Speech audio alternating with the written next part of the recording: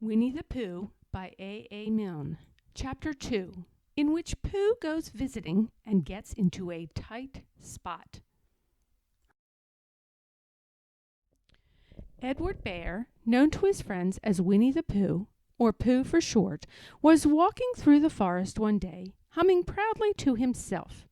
He made up a little hum that very morning, as he was doing his stoutness exercises in front of the glass. Tra-la-la, tra-la-la, as he stretched up as high as he could go, and then tra-la-la, tra-la, oh, help-la, as he tried to reach his toes. After breakfast, he had said it over and over to himself until he had learnt it off by heart, and now he was humming it right through properly. It went like this.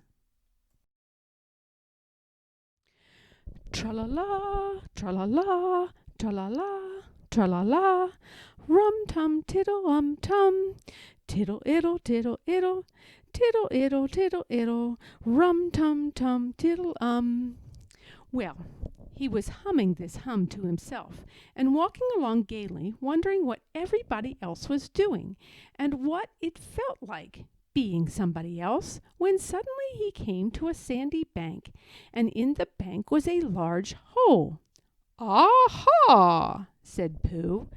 "Rum-tum-tiddle-um-tum. If I know anything about anything, that hole means rabbit," he said to himself. "And rabbit means company," he said. "And company means food and listening to me humming and such like. Rum-tum-tum-tiddle-hum." So he bent down, put his head into the hole, and called out, "Is anybody at home?" There was a sudden scuffling noise from inside the hole, and then silence. "What I said was, is anybody at home?" called out Pooh very loudly. "No," said a voice, and then added, "You needn't shout so loud. I hear you quite very well the first time." "Bother," said Pooh. "Isn't there anybody here at all?" "Nobody." Winnie the Pooh took his head out of the hole and thought for a little. And he thought to himself, "There must be somebody there, because somebody must have said nobody." So he put his head back into the hole and said, "Hello, Rabbit, isn't that you?" "No," said Rabbit in a different sort of voice this time. "But isn't that Rabbit's voice?" "I don't think so," said Rabbit. "It isn't meant to be." "Oh," said Pooh. He took his head out of the hole and had another think, and then he put it back in and said, "Well, could you very kindly tell me where Rabbit is?" "He is going to see his friend Pooh Bear, who is a great friend of his." "But this is me," said Bear, very much surprised. "What sort of me?" "Pooh Bear." "Are you sure?" said Rabbit, still more surprised. Quite sure," said Pooh. "Oh, well then, come in." So Pooh pushed and pushed and pushed his way through the hole, and at last he got in. "You were quite right," said Rabbit, looking at him all over. "It is you. Glad to see you." "Who did you think it was?" "Well, I wasn't sure. You know how it is in the forest. One can't have anybody coming into one's house. One has to be careful. What about a mouthful of something?" Pooh always liked a little something at 11 o'clock in the morning, and he was very glad to see Rabbit getting out the plates and mugs.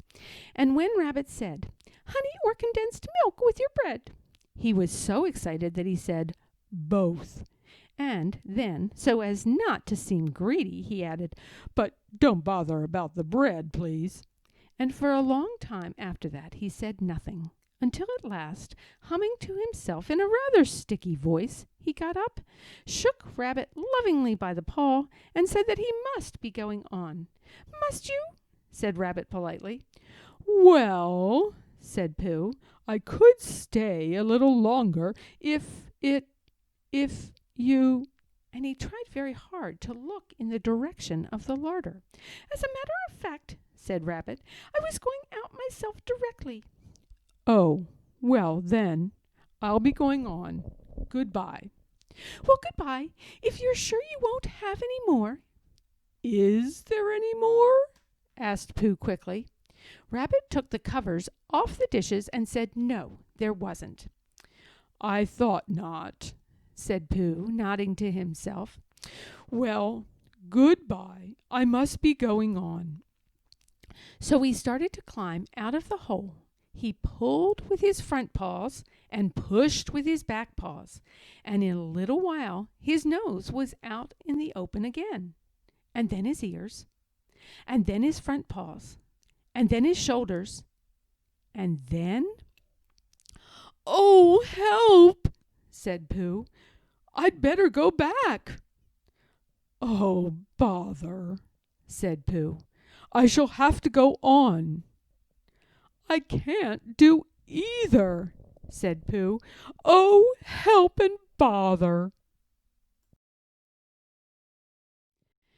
Now, by this time, Rabbit wanted to go for a walk too, and finding the front door full, he went out by the back door and came round to Pooh and looked at him. "Hello, are you stuck?" he asked. No," said Pooh carelessly. "Just resting and thinking and humming to myself." "Here, give us a paw." Pooh Bear stretched out a paw, and Rabbit pulled and pulled and pulled. "Ow!" cried Pooh. "You're hurting." "The fact is," said Rabbit, "you're stuck."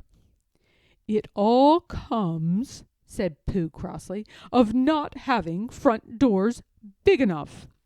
"It all comes," said Rabbit sternly, "of eating too much. I thought at the time," said Rabbit, "only I didn't like to say anything," said Rabbit, "that one of us was eating too much," said Rabbit, "and I knew it wasn't me," he said. Well, well, I shall go and fetch Christopher Robin." Christopher Robin lived at the other end of the forest, and when he came back with Rabbit and saw the front half of Pooh, he said, "Silly old bear," in such a loving voice that everybody felt quite hopeful again. "I was just beginning to think," said Bear, sniffing slightly, "that Rabbit might never be able to use his front door again, and I should hate that," he said. "So should I," said Rabbit. "Use his front door again," said Christopher Robin. "Of course he'll use his front door again." "Good," said Rabbit. "If we can't pull you out, Pooh, we might push you back." Rabbit scratched his whiskers thoughtfully and pointed out that when once Pooh was pushed back, he was back, and of course nobody was more glad to see Pooh than he was. Still, there it was. Some lived in trees and some lived underground, and— "You mean I'd never get out?" said Pooh. "I mean," said Rabbit, "that having got so far, it seems a pity to waste it." Christopher Robin nodded.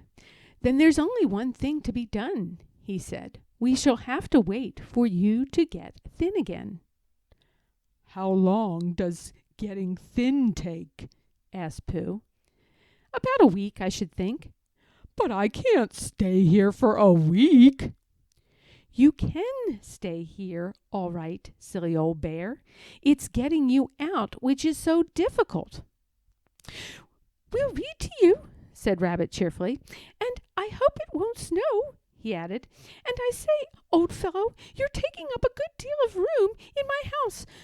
Do you mind if I use your back legs as a towel horse? Because, I mean, they are doing nothing, and it would be very convenient just to hang the towels on them." "A week?" said Pooh gloomily. "What about meals?" "I'm afraid no meals," said Christopher Robin, "because of getting thin quicker. But we will read to you." Bear began to sigh, and then found he couldn't because he was so tightly stuck, and a tear rolled down his eye as he said, Then would you read me a sustaining book, such as would help and comfort a wedged bear in a great tightness? So for a week Christopher Robin read that sort of book at the north end of Pooh, and Rabbit hung his washing on the south end, and in between Bear felt himself getting slenderer and slenderer, and at the end of the week Christopher Robin said, "Now." So he took hold of Pooh's front paws, and Rabbit took hold of Christopher Robin, and all Rabbit's friends and relations took hold of Rabbit, and they all pulled together. And for a long time Pooh only said, "Ow!" and "Oh!" and then, all of a sudden, he said, "Pop!" just as if a cork were coming out of a bottle. And Christopher Robin and Rabbit and all Rabbit's friends and relations went head over heels backwards, and on top of them came Winnie the Pooh, free. So, with a nod of thanks to his friends, he went on with his walk through the forest, humming proudly to himself.